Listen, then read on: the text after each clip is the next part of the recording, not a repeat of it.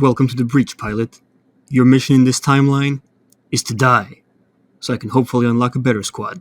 Into the Breach is a turn-based roguelike sci-fi strategy game released in 2017 by Subset Games using Windows Oliensis on an Alienware waffle maker.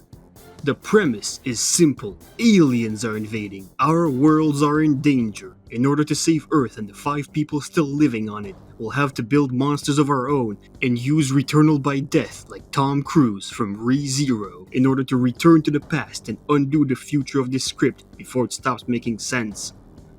When I first played this game, I remember questioning the mechanics and ethics of the time travel. Depending on your point of view, there are 2 ways this could work. Either 1, traveling back in time erases the current timeline alongside everyone in it, sparing them from being devoured by aliens, or 2, traveling back in time does not erase the current timeline, and every time we do a time jump, everyone on Earth gets to die horribly all over again. Personally, I prefer option 2, because it's more grimdark. Speaking of time travel, this game also lets you use a time jump to redo a turn once per mission. I am mentioning this now because I only found out about it this morning and had to awkwardly add it into the script. Gameplay is also simple until it gets complicated, but in its most basic form, you'll be fighting various types of alien kaiju, upgrading your mechs as you go along, and avoiding damage to the power grid, which is basically your health bar. Receiving grid damage in the game is actually quite similar to shitting yourself in real life, in the sense that, once you're past a certain age, it is no longer acceptable. Each turn, the enemy will put you in the most hopeless situation imaginable, and it's up to you to turn the tide, survive the mission with minimal casualties, and maybe, if you're lucky, complete one of the objectives. What makes this even remotely achievable is that the enemy will only attack at the end of your turn, spending their own turn shuffling around and winding up their moves, so that you can then spend your own turn taking shots and fists at the enemy, pushing them around to stop them from destroying buildings, and even tricking them into killing themselves or each other. It's sort of like chess if every turn was checkmate, except you only have a rook, a knight, and a bishop, while your opponent has 16 queens. And also Exodia. The goal of the game, aside from getting achievements and maintaining your composure in the face of unsurmountable odds, is to unlock all 4 islands and then beat them so you can go to the final boss, with each of the islands having different environmental challenges and enemy types.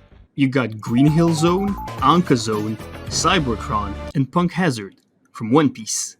Now, the neat part is that you only need to complete 2 islands to access the final boss. It doesn't matter which ones or in which order. Anything more you do will only make the final mission harder, while giving you the opportunity to earn more upgrades. Like all the best roguelikes, Into the Breach doesn't aim to hurt you. It simply gives you the tools to hurt yourself, and waits for you to get curious. Following the same line of thinking, the game also lets you create your own custom squads by using mechs from the already existing ones. This includes having a squad made up of 3 identical mechs. In theory, this should break the game. In practice, it's about as useful as wearing 3 left shoes. Unless you actually know what you're doing. Which I don't. If anything, this just speaks to the true genius of the developers.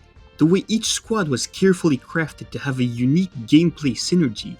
The Rustling Husks, for example, have a plane that shoots smoke bombs while jumping over enemies, a mech that pushes everything next to it 1 tile further away, and an artillery unit that shoots a missile which also pushes whatever it hits forwards 1 tile. Smoke clouds stop the enemy from attacking and also cause 1 damage per turn thanks to Storm Generator. If you're playing Rustling Husks correctly, the map should look like Silent Hill.